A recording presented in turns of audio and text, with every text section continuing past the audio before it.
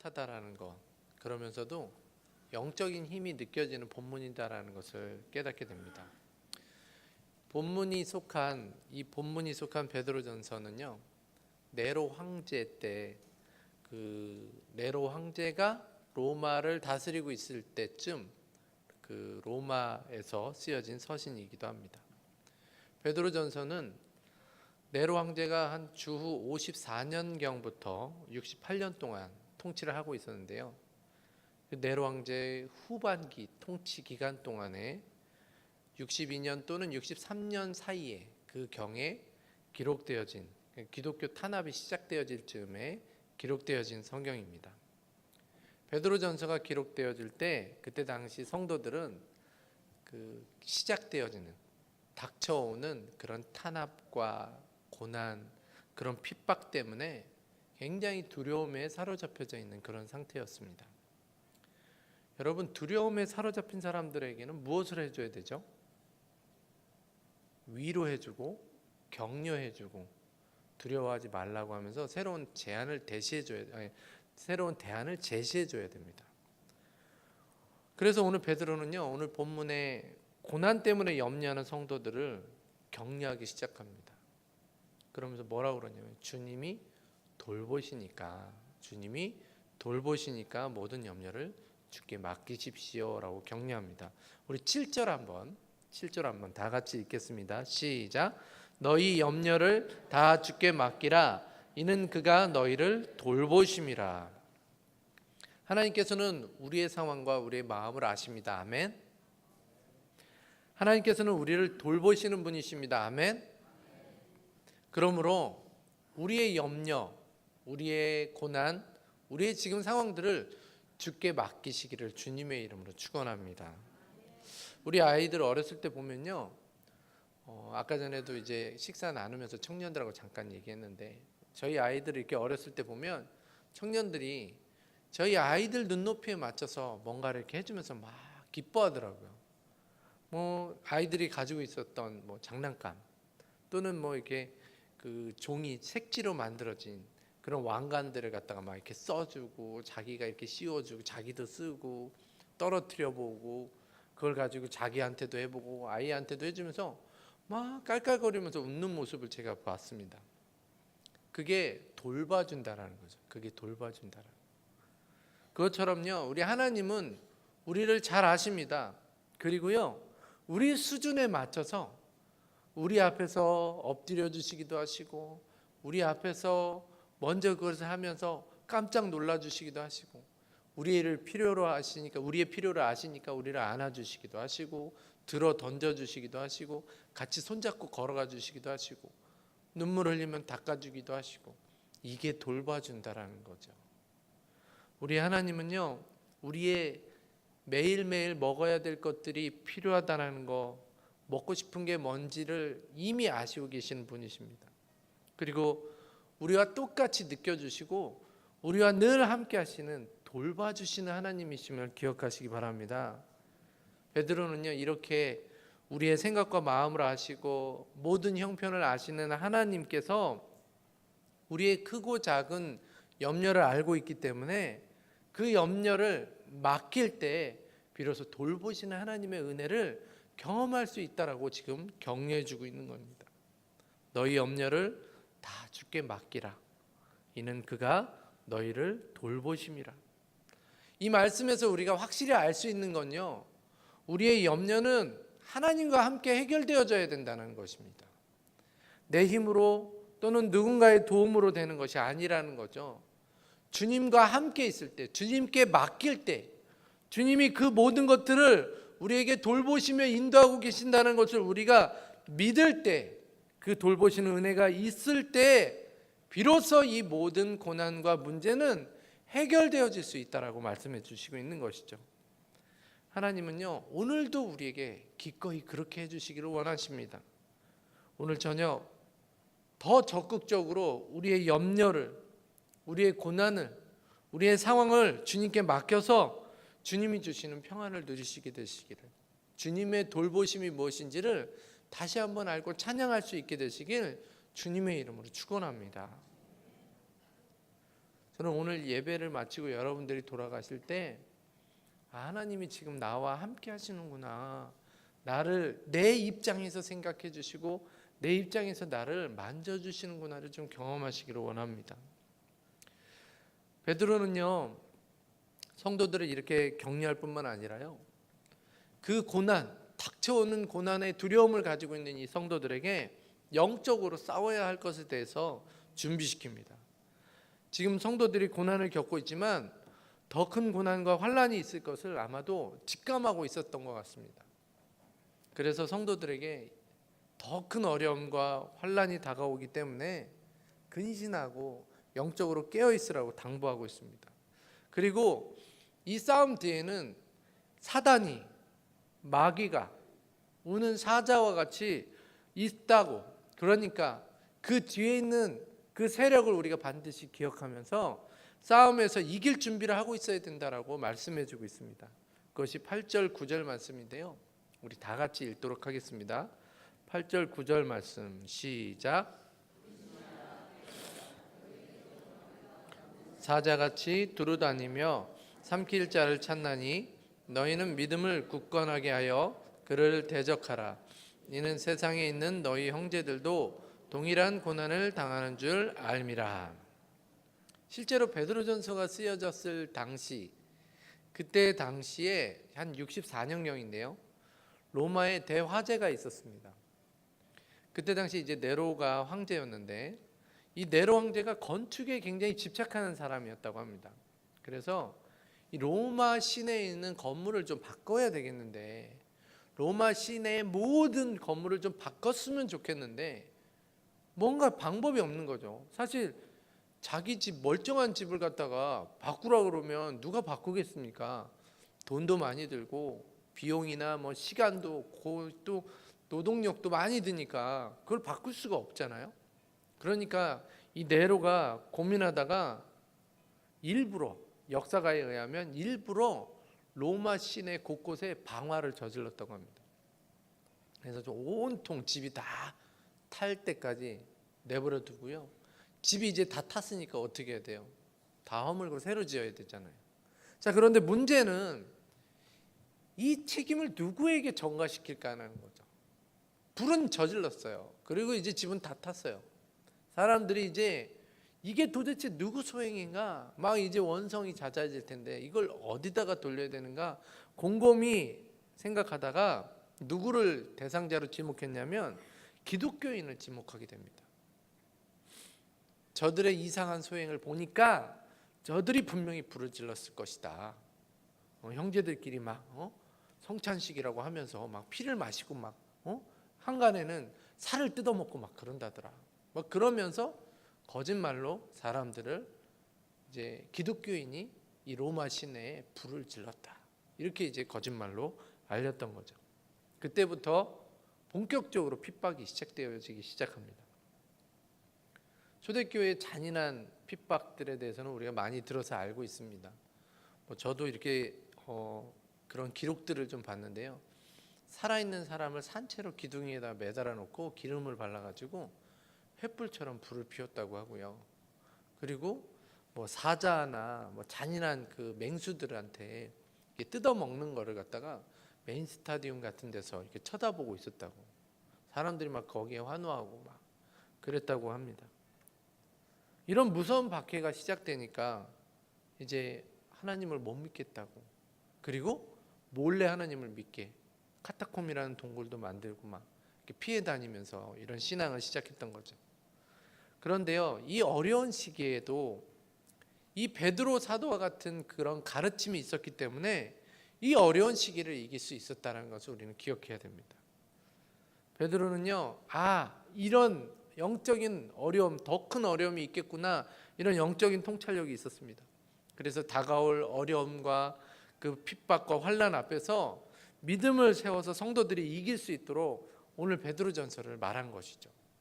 중요한 것은요, 오늘 베드로전서를 통해서 성도들을 위로하고 또 영적으로 싸울 준비를 시킬 뿐만 아니라 왜 성도들이 믿음 가운데 끝까지 견뎌야 되는 것인가, 그것에 대한 것, 그리고 믿음을 왜 끝까지 가져야 되는 것인가도 분명히 가르치고 있다는 것이죠. 사실 현실을 이길 수 있는 힘은요, 고난을 싸워낼 수 있는 힘은요, 소망이 있을 때만 싸울 수 있는 겁니다. 그래서 중요한 말을 하죠. 베드로는 우리가 끝까지 견디고 믿음으로 싸워야 하는지를 말하면서 예수님께서 고난 중에 있는 성도들을 결코 그냥 놔두지 않는다라고 말씀하고 있습니다. 우리를 사랑하셔서 십자가에서 죽으시기까지 고난당하신 주님이 우리를 끝까지 지키시고 회복시키실 것이다라고 이야기하였습니다. 그리고 그는 그런 예수님에 대해서 그는 우리를 온전하게 하시고 굳건하게 하시며 강하게 하시고 견고하게 하신다라고 말씀하는 것이 바로 오늘 본문의 말씀입니다. 우리 10절 다 같이 한번 10절 다 같이 읽겠습니다. 시작. 모든 은혜의 하나님 곧 그리스도 안에서 너희를 부르사 자기의 영원한 영광에 들어가게 하신 이가 잠깐 고난을 당한 너희를 친히 온전하게 하시며 굳건하게 하시며 강하게 하시며 터를 견고하게 하시리라. 베드로 사도는요, 이렇게 주님의 회복, 주님의 인도하심, 조금씩은 좀 다르지만 유사성 있는 4개의 동사를 연속으로 사용해서 우리에게 말씀해 주고 있는 거죠. 고통 가운데 있는 더 힘든 일이 찾아오는 그런 성도들이 가져야 될 소망을 가져야 될 이유가 있는데, 그것은 예수님이 우리를 온전케 하시고 굳건하게 하시고 강하게 하시고 견고하게 하시기 때문에 우리는 믿음을 지켜야 된다는 것이죠. 그것을 소망으로 삼아야 된다는 것입니다. 본문은요, 어려움 있는 자, 믿음이 흔들리는 자에게 하나님께서 주시는 메시지예요. 오늘 혹시 누구에게도 말하기 힘든 어려움이 있는 분들이 있습니까? 주님의 돌보심과 온전하게 하심, 굳건하고 강하게 견고하게 하시는 그 은혜를 경험하게 되시길 주님의 이름으로 축원합니다. 저는요, 이 본문 말씀 자체도 굉장히 은혜가 있었는데요, 이 말씀을 전하는 사람이 베드로라는 사실에 더 큰 은혜를 받았습니다. 여러분, 베드로 잘 알지 않습니까? 예수님을 따를 당시에 굉장히 혈기왕성한 사람 아니었습니까? 불쑥 나서고 잘난 척하고, 심지어는요, 예수님을 절대 버리지 않겠다고 했다가 결국에는 저주하면서 예수님을 부인하던 그런 사람이었습니다. 여러분, 이런 베드로, 객관적으로 본다면 예수님의 제자, 하나님의 일꾼으로 사실은 적합하지 않는 인물입니다. 그런데 여러분, 우리도 뒤돌아보면 우리가 베드로 아니었습니까? 우리도 혈기 부릴 만큼 부리고요, 우리도 나서야 되지 말아야 될 곳에 막 나서고 은근히 잘난 척하고, 때로는 너무나도 쉽게 주님을 부인하고 우리 신앙을 감췄던 그 모습, 우리도 베드로잖아요. 이렇게 예수님의 제자로 하나님의 일꾼으로 적합하지 않았던 베드로를 예수님이 불러주시죠. 그리고 품어주시고 훈련시켜주시고 끝까지 일꾼으로 세우셨습니다. 그렇게 하셨기에 베드로가 견딜 수 있고 설 수 있었던 것이죠. 우리는 잘 알고 있습니다. 예수님이 십자가에 달리시기 위해서 로마 병사에게 잡히기 전에 그 밤에 베드로에게 했던 그 말, 누가복음 12장 31절 34절 말씀에 이제 그 장면이 나오는데요, 제가 읽어드리면서 설명을 좀 해드릴게요. 시몬아 시몬아, 보라, 사탄이 너희를 밀 까부르듯 하려고 요구하였으나 그러나 내가 너희를 위하여 내 믿음이 떨어지지 않기를 기도하였노니. 지금 베드로가 어떻게 될 것을, 제자들이 어떻게 될 것을 이미 예수님이 아셨다라는 거예요. 그래서 기도하고 계신다는 거예요. 너희가 당할 거라 아니까 기도했다라는 거예요. 그리고 그 뒤에 사명을 맡깁니다. 뭐라고 말씀하시냐면 너를 돌이킨 후에 내 형제를 굳게 하라. 주님이 이렇게까지 말씀하시면 사실 베드로는요, 알아들어야죠. 알아들었어야 됩니다. 예수님께서 내 연약함을 보고 계시는구나, 내 지금 연약함을 알고 계시는구나. 사실은 예수님이 나를 알고 계신 걸 알았어야 돼. 그 정도 말하면 알아들었어야 됩니다. 그런데요, 베드로는 그럼에도 불구하고 주님 앞에 자기 의를 드러내죠. 뭐라고 얘기하냐면 그가 말하되 주여 내가 주와 함께 오게도 죽는 데에도 가기를 각오하였나이다. 여러분, 이미 예수님은 다 알고 계셔요. 베드로를 꿰뚫어 보고 계십니다. 내가 믿음의 상태를 알고 있고 너의 믿음의 수준을 안다. 그래서 어떻게 말씀하시냐면 베드로에게 이렇게 말씀하죠. 이르시되 베드로야 내가 내게 말하노니 오늘 닭 울기 전에 내가 3번 나를 모른다고 부인하리라 하시니라. 여러분, 우리 주님은 다 아셨어요. 그럼에도 불구하고 잘난 척하고 장담하고 또 자기가 결단코 주님을 버리지 않겠습니다 했던 그 베드로, 그를 위해서 기도하셨고, 그뿐입니까? 부활하시고 난 다음에 베드로에게 찾아가셔서 베드로에게 아침밥을 주시면서 내가 나를 사랑하니? 라고 물으신 다음에 베드로를 용서하시고 베드로에게 자기의 성도들을 맡기시게 됩니다. 여러분, 우리가 고난을 이겨야 될 중요한 이유가 무엇인지 아십니까?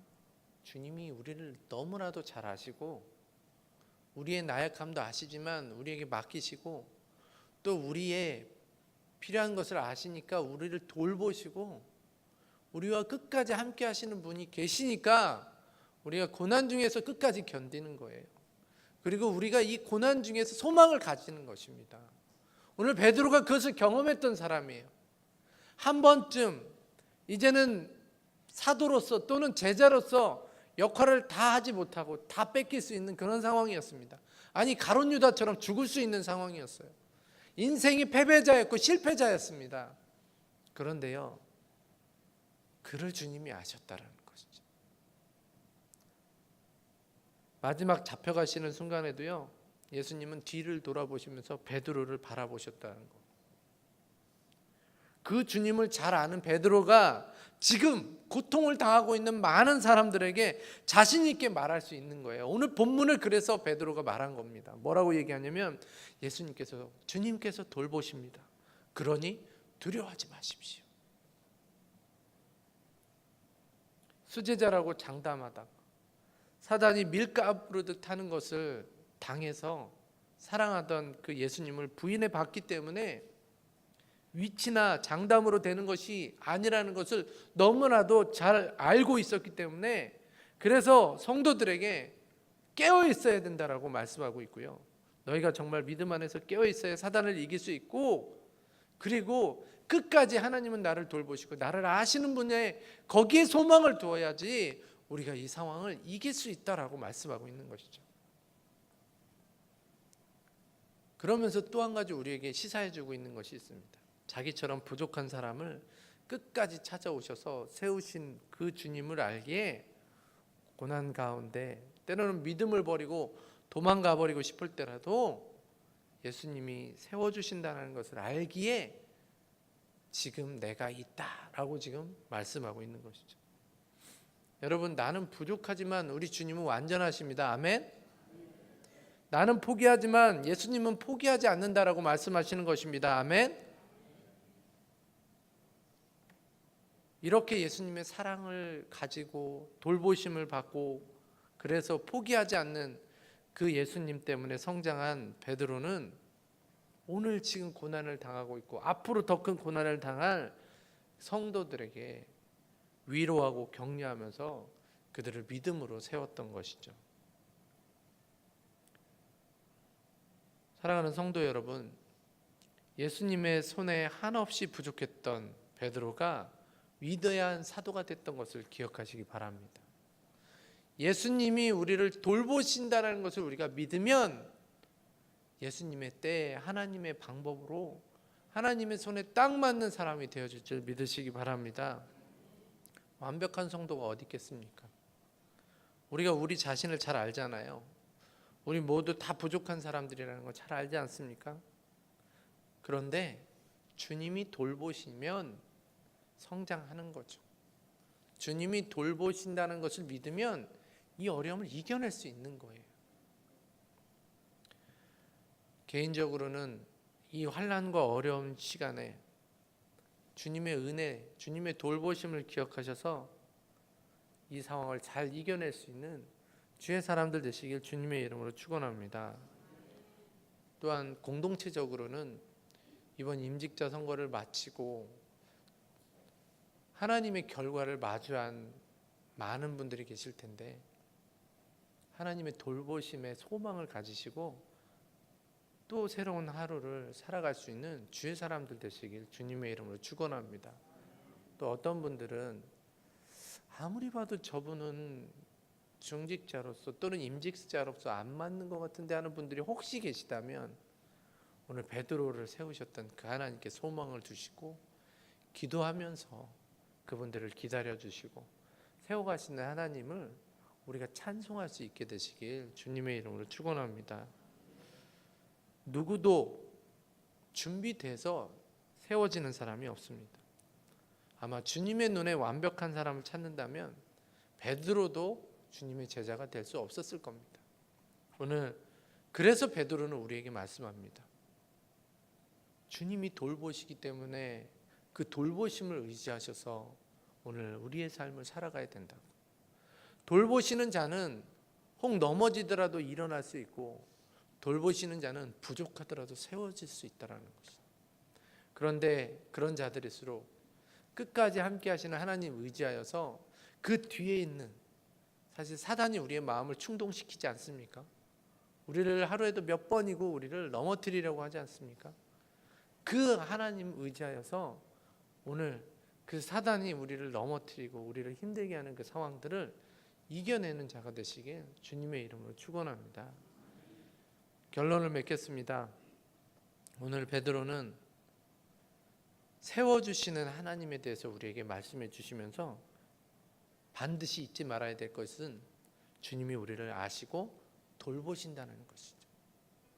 오늘 우리의 인생 가운데 늘 우리를 돌보시고 우리를 세워가시는 하나님께 소망을 두셔서 우리의 삶 속에서 하나님을 찬양할 수 있는 주의 사람들 되시길 주님의 이름으로 축원합니다.